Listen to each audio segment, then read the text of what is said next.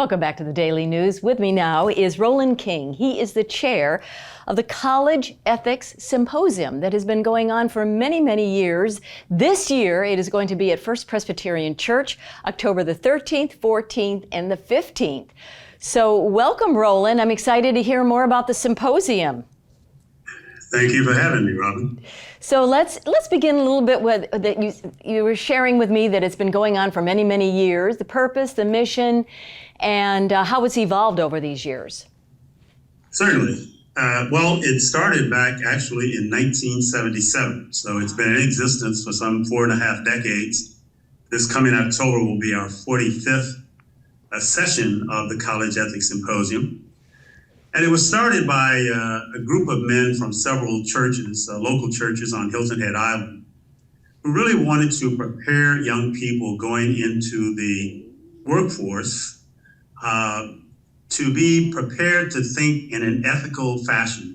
The assumption was that they would be making decisions in whatever their career discipline was. Now, I must admit that at the outset, those founders back in 77 were looking at business majors.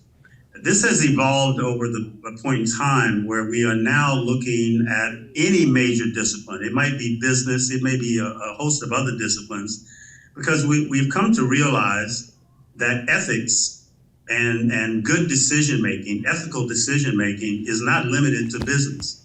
It crosses into entertainment, to sports, to government, perhaps especially government these days, and a whole number of other arenas. So it's open, as I said, to students from a multitude of various disciplines. And so the students, do they come from the Lowcountry area or from outside of this area? They come, Robyn, primarily from the southeastern portion of the country. I would say most of our students come from schools in the Carolinas, Georgia, Florida, Virginia. But this year, for example, not unlike other years, we have 3 schools from the Midwest, one from Pennsylvania, one from Missouri, and one from Illinois. So they cover the gamut. They cover the gamut. And do you have speakers or adult facilitators, and you go through cases, and the students have to figure things out and ethically how one would respond? Correct. Correct. Yeah, we have adult facilitators, most of whom have come from the business arena, a few from academia, and they basically lead the discussion. The case study method is a method that's been around for over a century, actually, pioneered at Harvard University, but is used in a multitude of other institutions and venues.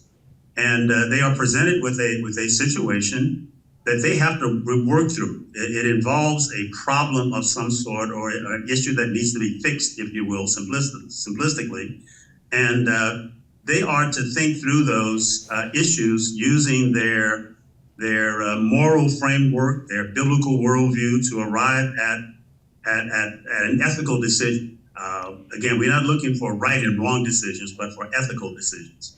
So it's a practical, real world exercise for them. Absolutely. Absolutely. It's as real world as you can get except for being there. And as I said, these are graduating seniors primarily who are leaving the campus in a few months, well, more than maybe 6 months in some cases. But ideally, they are leaving the campus to go into the workforce, and we hope they'll be better prepared. Since 1977, we've had approximately 3,900 students who have gone through the Ethics Symposium in the 4.5 years that it's been in existence. Good work. Again, the symposium is going to be October the 13th through the 15th. So exciting event, important event. Thank you, Roland King, who's the chair of the symposium. Thank you so much for being with us on the Daily News. Thank you, Robyn. Have a good evening. And that's a wrap for this edition of the WHHI Daily News. I'm Robyn Zimmerman. I want to thank all of you for watching. I also want to thank the team behind the scenes. And remember, if you've missed any part of this newscast, well, guess what?